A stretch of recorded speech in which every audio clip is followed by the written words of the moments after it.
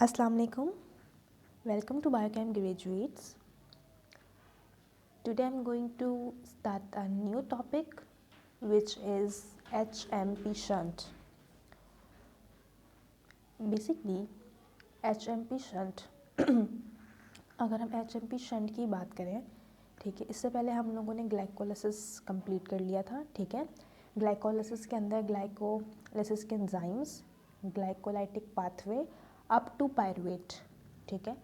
उसके बाद Krebs cycle है, बट क्रैब साइकिल से पहले HMP शंट जो है इस वजह से मैं करवा रही हूँ क्योंकि थोड़ा सा अल्टरनेट रिलेशन है ग्लाइकोलिसिस का HMP शंट के साथ, ठीक है। तो ये आपको यहाँ पे ये बात क्लियर हो जाए ताकि जब हम TCA साइकिल पढ़ें या हम कोई और साइकिल पढ़ें तो उसमें कन्फ्यूजन क्रिएट नहीं हो, ठीक है। तो that's why I am going towards hexose monophosphate shunt और HMP शंट। सबसे फर्स्ट थिंग जो आपने याद रखनी है, ठीक है, वो ये है कि हेक्सोस मोनोफॉस्फेट शंट या HMP शंट जो है इसको हम फोस्फेट पेंटोज फोस्फेट पाथवे भी कह रहे होते हैं, ठीक है। इसका एक नाम ये भी है। अगर पेंटोज फोस्फेट पाथवे आ जाता है तो don't we need to confuse, okay. आपने जो है वो HMP शंट की ही जो है स्टेटमेंट और डेफिनेशन और पाथवे पूरा उसमें बताना है, ठीक है। अच्छा, पेंटोज फोस्फेट पाथवे इसको हम इसलिए भी कहते हैं क्योंकि HMP शंट के पाथवे के दौरान प्रोडक्शन होती है किसकी, पेंटोज शुगर की, ठीक है। पेंटोज शुगर की प्रोडक्शन की वजह से हम इसको जो है वो पेंटोज फोस्फेट पाथवे भी कहते हैं। सेकंड इम्पॉर्टेंट बात, it is alternative pathway to glycolysis and TCA cycle, ठीक है। अल्टरनेटिव है ग्लाइकोलिसिस का और TCA साइकिल का। इसको हम एक और नाम देते हैं मोनोफॉस्फेट पाथवे, ठीक है। अच्छा, इसका रीज़न बेसिकली ये है कि मोनोफॉस्फेट पाथवे हम इसे क्यों कह रहे होते हैं, क्योंकि अगर हम ग्लाइकोलिसिस में जाएं, ठीक है, आपने अगर ग्लाइकोलिसिस देखा है तो उसके अंदर जो हम लोगों का नंबर ऑफ टाइम्स जो है वो बायफॉस्फेट बन रहा है या बिसफॉस्फेट बन रहा है, ठीक है। बट यहाँ पे क्या होता है HMP शंट के अंदर मोनोफॉस्फेट की जो है वो प्रोडक्शन हो रही होती है या जनरेशन हो रही होती है। यहाँ पे बायफॉस्फेट या बिसफॉस्फेट फॉर्म नहीं होता, दैट्स वाई हम इस पाथवे को मोनोफॉस्फेट पाथवे भी कहते हैं, ठीक है। अच्छा, इसके अलावा इसका तीसरा जो है एक नाम है वो भी है, ठीक है। अच्छा, वो भी बेसिकली इसलिए कि हम इसको फोस्फोग्लूकोनेट पाथवे, ठीक है। फोस्फोग्लूकोनेट पाथवे हम इसको इसलिए कहते हैं क्योंकि फोस्फोग्लूकोनेट, ठीक है, ये इसका इंटरमीडिएट है, मतलब कि थर्ड नंबर पे या थर्ड रिएक्शन है HMP शंट का जिसके अंदर फोस्फोग्लूकोनेट बन रहा होता है, दैट्स वाई हम इसको फोस्फोग्लूकोनेट पाथवे भी कहते हैं, ठीक है, ओके। अब हेक्सोस मोनोफॉस्फेट शंट जो है या HMP शंट जो है वो होता किस लिए है, ठीक है, इसकी क्या नीड है, क्यों ज़रूरी है। अच्छा, एक और इम्पॉर्टेंट बात ये बायोसिंथेसिस जो है वो जब हम किसी भी चीज़ की बायोसिंथेसिस होती है, लास्ट टाइम में मैंने ये बात बताई थी आपको, तो वो एक एनाबॉलिक प्रोसेस होता है, ठीक है। तो जब एनाबॉलिक प्रोसेस हो रहे होते हैं ना तो उसके लिए NADPH रिक्वायर्ड होता है, ठीक है, NADPH प्लस H प्लस जिसको हम कहते हैं। अच्छा, वो जो NADPH प्लस H प्लस है ना वो फॉर्म एक्चुअली HMP शंट के पाथवे में होता है, ठीक है, और बहुत ज़्यादा इम्पॉर्टेंट है बायोसिंथेसिस ऑफ फैटी एसिड, ठीक है, के लिए। किसी भी चीज़ की जब हम बायोसिंथेसिस करवा रहे होते हैं, ठीक है, हमारे बॉडी के अंदर जब बायोसिंथेसिस हो रही होती है तो उस वक्त एक NADPH+H+ जो है वो बहुत ज़्यादा लाजमी है और वो होना चाहिए। तो NADPH+H+ जो है वो बेसिकली इस पाथवे के थ्रू बनता है, ठीक है। और दूसरी इम्पॉर्टेंट चीज़ जो इस पाथवे के अंदर फॉर्म हो रही होती है वो है पेंटोज शुगर। और हमें अच्छे तरीके से पता है कि पेंटोज शुगर जो है वो DNA और RNA की सिंथेसिस के लिए भी बहुत ज़रूरी है, ठीक है, मतलब एक बेसिक सब्सिक्वेंट है RNA और DNA का पेंटोज शुगर। तो ये दो सब्सटेंसेस और ये दो चीज़ें लाइक पेंटोज शुगर और NADPH+H+, तो ये फॉर्म होता है HMP शंट के थ्रू, ठीक है। शंट हम इसीलिए कह रहे हैं इसको क्योंकि ये एक अल्टरनेटिव पाथवे है ग्लाइकोलिसिस का। अच्छा दूसरी इम्पॉर्टेंट बात, अगर हम ग्लाइकोलिसिस के कंपैरिजन में इसको देखें तो जब ग्लाइकोलिसिस हो रही होती है तो वहाँ पे हम इन्वेस्टमेंट फेस होता है हम लोगों का ना, ठीक है। फर्स्ट स्टेप जो था इन्वेस्टमेंट फेस, वहाँ पे हम ATP इन्वेस्ट कर रहे होते हैं, ठीक है। यहाँ पे हम HMP शंट के अंदर ATP यूटिलाइज नहीं करवाते, ये ATP यूज़ नहीं होता, ठीक है। तो ATP जो है वो हम लोगों का यहाँ पे यूज़ नहीं होगा HMP शंट के अंदर, ठीक है। ठीक है, तो अगर हम इम्पॉर्टेंस देखें NADPH की ना, जो कि HMP शंट के थ्रू जनरेट होता है या HMP शंट के रिएक्शन के दौरान ही जो है वो फॉर्म होता है, तो इसकी बहुत ज़्यादा इम्पॉर्टेंस है। NADPH is basically is required for the reductive biosynthesis of fatty acid and steroid. Hence, HMP shunt is more active in the tissue concerned with lipogenesis. हम लोगों को अच्छे तरीके से पता है जिस टिश्यू के अंदर फैट की बायोसिंथेसिस होगी ना, ठीक है, फैट की, like adipose tissue, liver, lactating mammary glands, ovaries and testis, ठीक है। यहाँ पे बहुत ज़्यादा ज़रूरत है किसकी, NADPH की, ठीक है। उसके बाद NADPH is used in the synthesis of certain amino acid involving the enzyme glutamate dehydrogenase, ठीक है। अमाइनो एसिड की सिंथेसिस के अंदर भी NADPH एक बहुत इम्पॉर्टेंट कॉन्स्टिट्यूएंट है।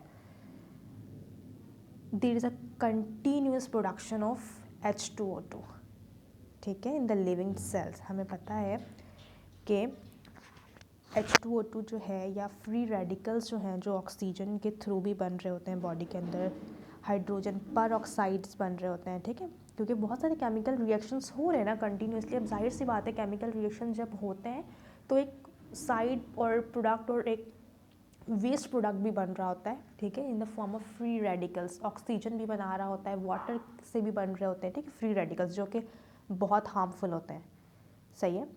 तो बेसिकली वो क्या कर रहे होते हैं, वो केमिकली डैमेज कर रहे होते हैं हमारे सेल्स को, ठीक है, प्रोटीन को, DNA को।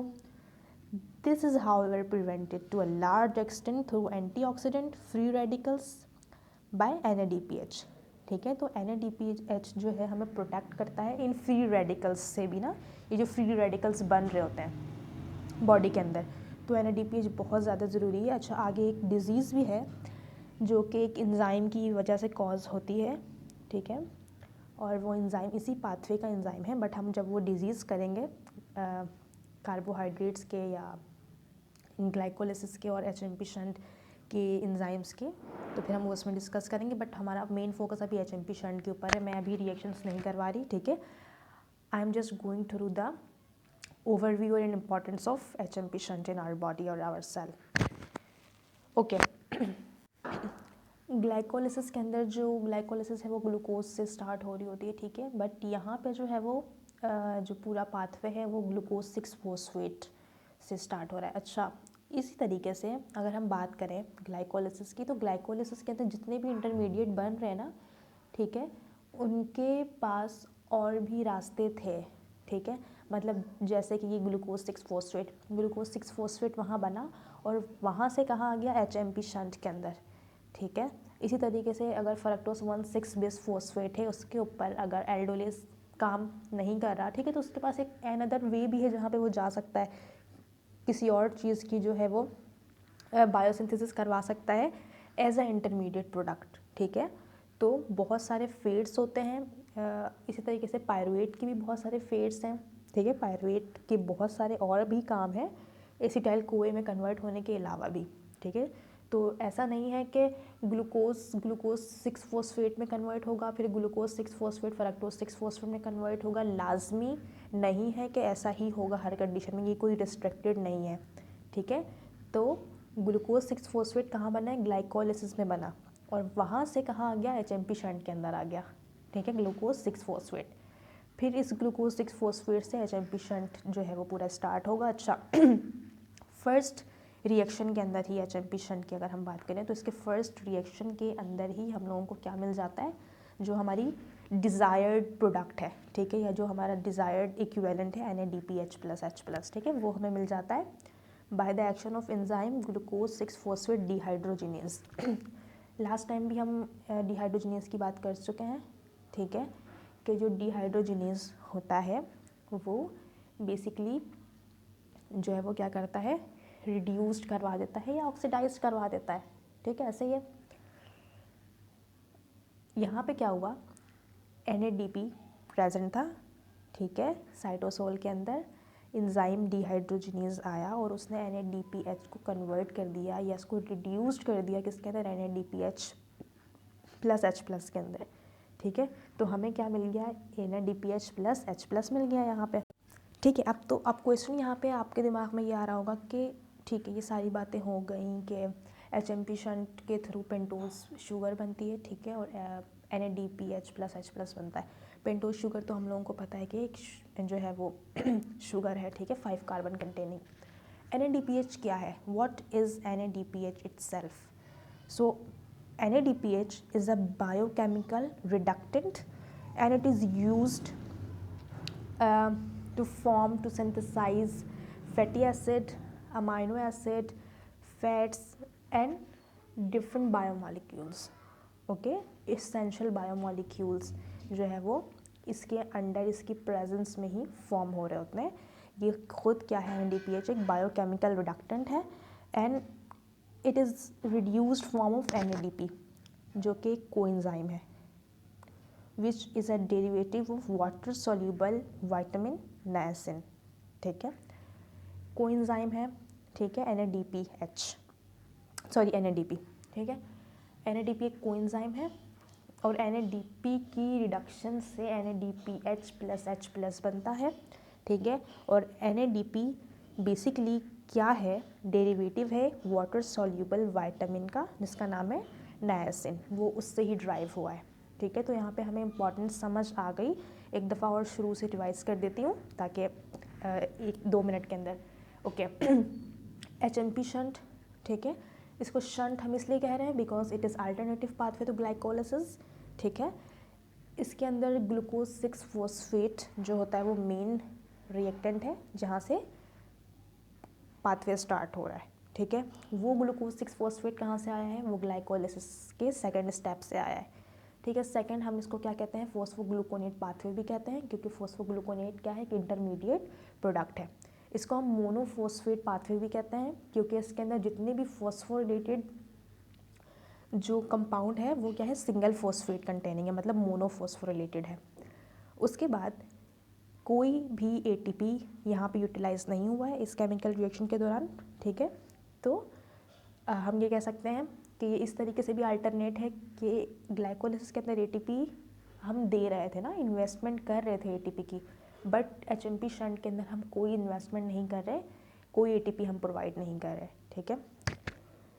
उसके बाद इम्पॉर्टेंस अगर देखा जाए तो इम्पॉर्टेंस क्या है, it helps in biosynthesis of fatty acid, helps in the biosynthesis of cholesterol, cause reduction of hydrogen peroxide and superoxide, okay, and free radicals which forms from water, oxygen and other atoms and molecules inside the cell.